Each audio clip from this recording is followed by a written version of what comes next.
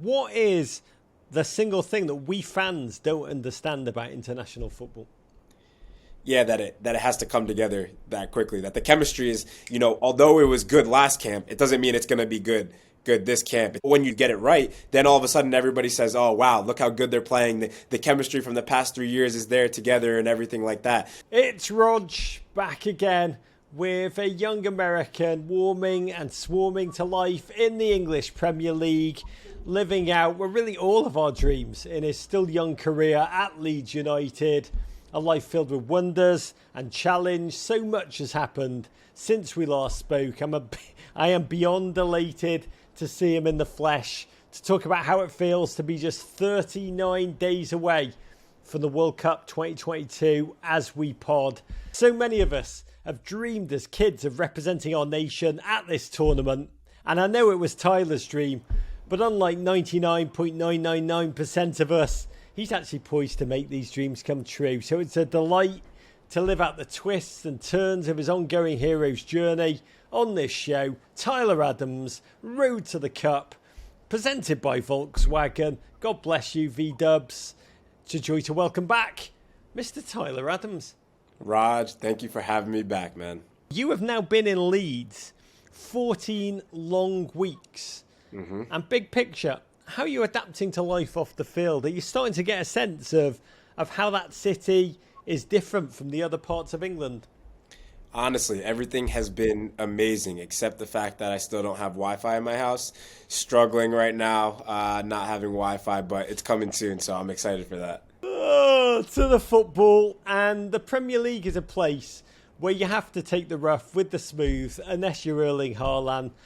Can you give us a sense of mentally what you're trying to accomplish on the field, how you've been experiencing the Premier League, and what Jesse has got you trying to do?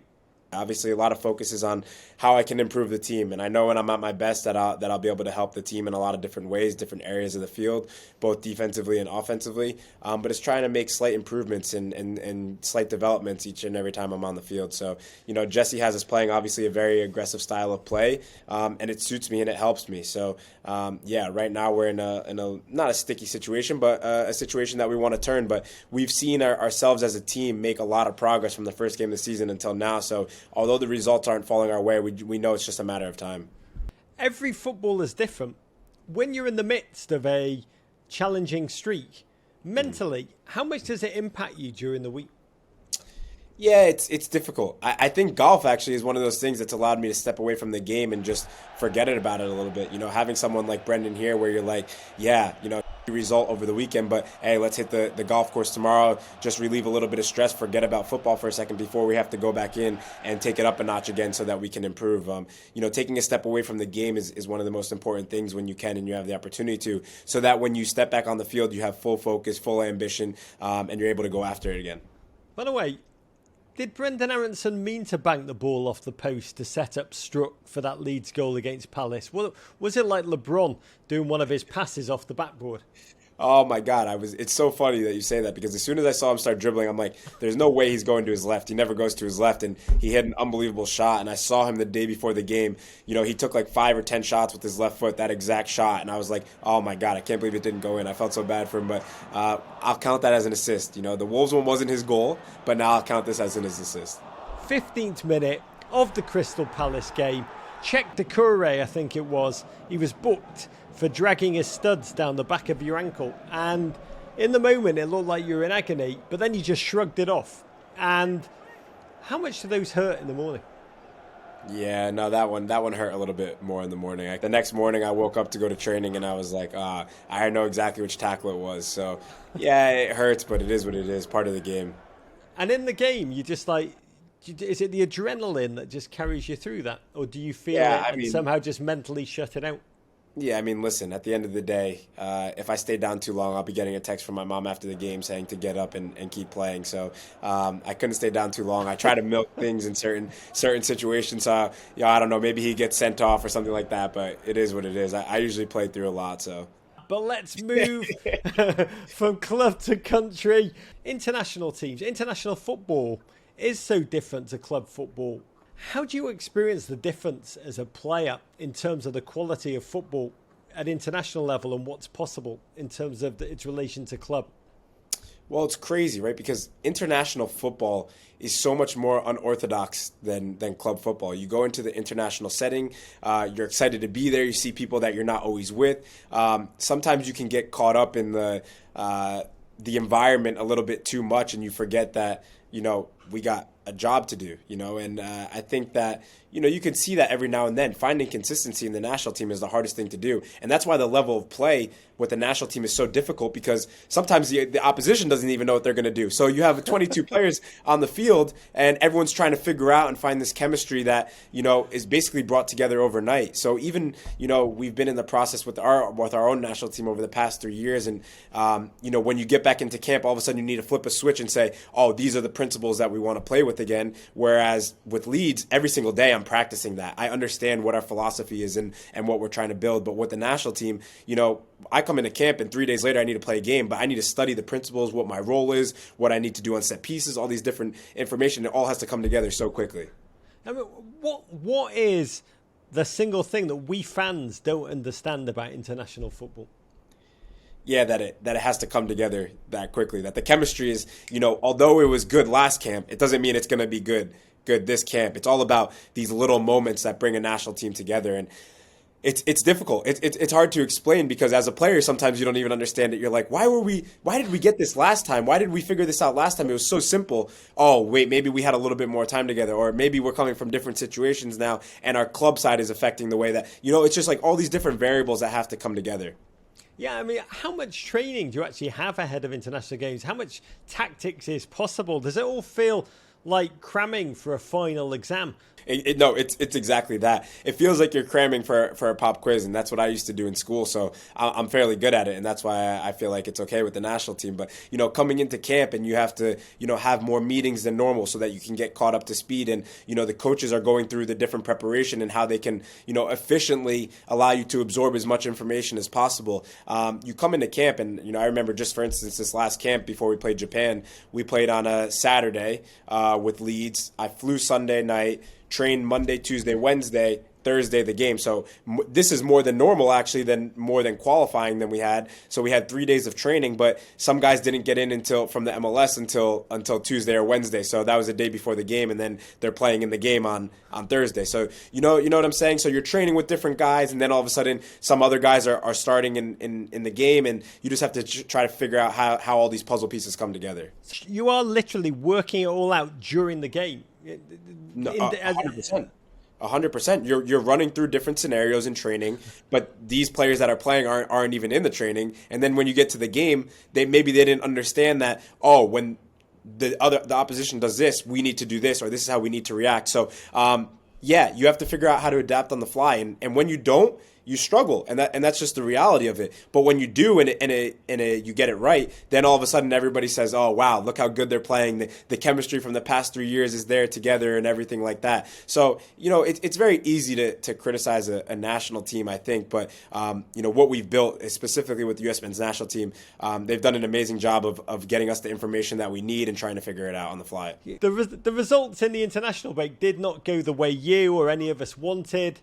The loss to Japan, the draw with Saudi Arabia. But it was also a lovely moment post-Japan game. You traded your jersey post-match with an AO member who's currently stationed with the military in Germany. In Germany, he gave you a US Army top after the game. How did you meet him? Was it all pre-organised, or was it a spur-of-the-moment thing?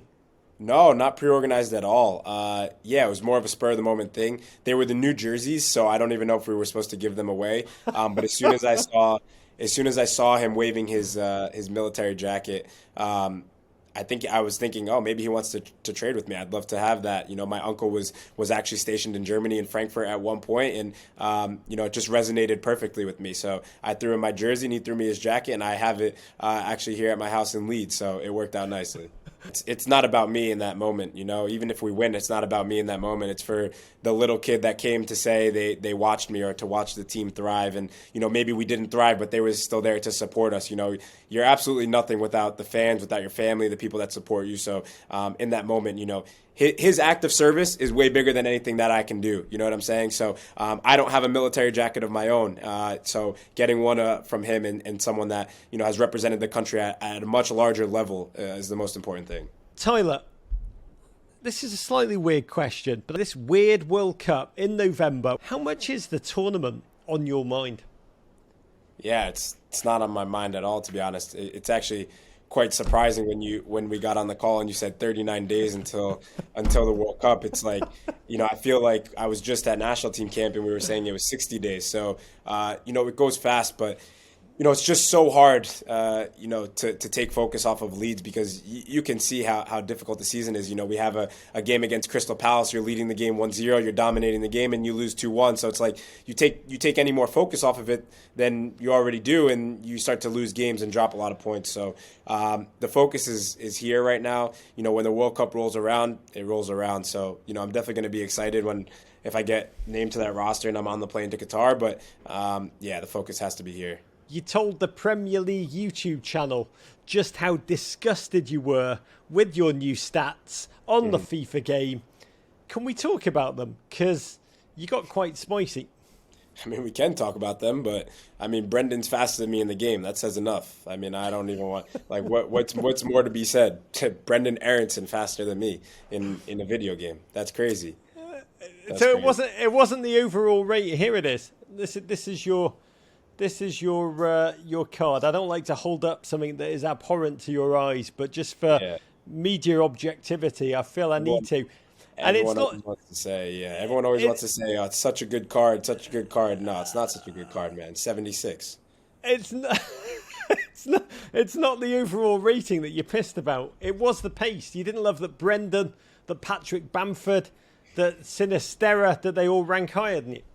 Yeah, it's crazy. It's actually mind-boggling to me. I mean, it's more the overall rating than the pace. Like, if Brendan's going to be faster than me, I mean, that's how you already know the game is corrupt. But like, the fact that like I have to be minimum 80. Like, I'm just not satisfied in general with like my career. I feel like I'm having a bad career if I'm not an 80 minimum. Last question. Never let it be said that we don't do the hard-hitting questions here at MIB.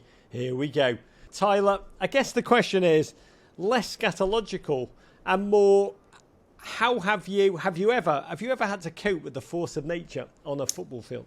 No, fortunately I haven't. They said that the more you run, the further that it pushes it away from your stomach. So I feel like that's why it probably hasn't had to happen to me. I try to run as much as possible.